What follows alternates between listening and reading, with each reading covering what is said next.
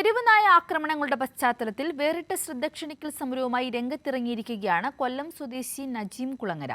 മഞ്ചേശ്വരത്ത് നിന്ന് തിരുവനന്തപുരം വരെ ഉന്തുവണ്ടിയും തള്ളിക്കൊണ്ടാണ് നജീമിന്റെ ഒറ്റയാൾ പോരാട്ടം. തെരുവ് നായയുടെ വേഷം ധരിച്ചുള്ള നജീബിന്റെ യാത്രയ്ക്ക് ആലുവയിൽ സ്വീകരണവും ലഭിച്ചു.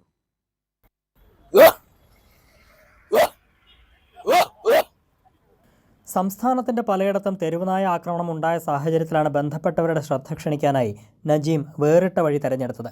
ഇക്കഴിഞ്ഞ നവംബർ 1 മഞ്ചേശ്വരത്ത് നിന്നാണ് നജീം ഇങ്ങനെ ഒരു ഉന്തുവണ്ടിയുമായി യാത്ര തുടങ്ങിയത്. തെരുവുനായയുടെ വേഷം ധരിച്ചുള്ള നജീമിന്റെ യാത്രയ്ക്ക് ആലുവയിൽ സ്വീകരണവും ലഭിച്ചു.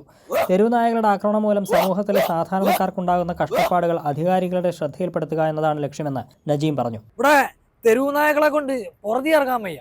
ഇവിടെ എങ്ങോട്ട് നോക്കിയാലും കൊല്ലണമെന്ന് ഞാൻ പറയുന്നില്ല.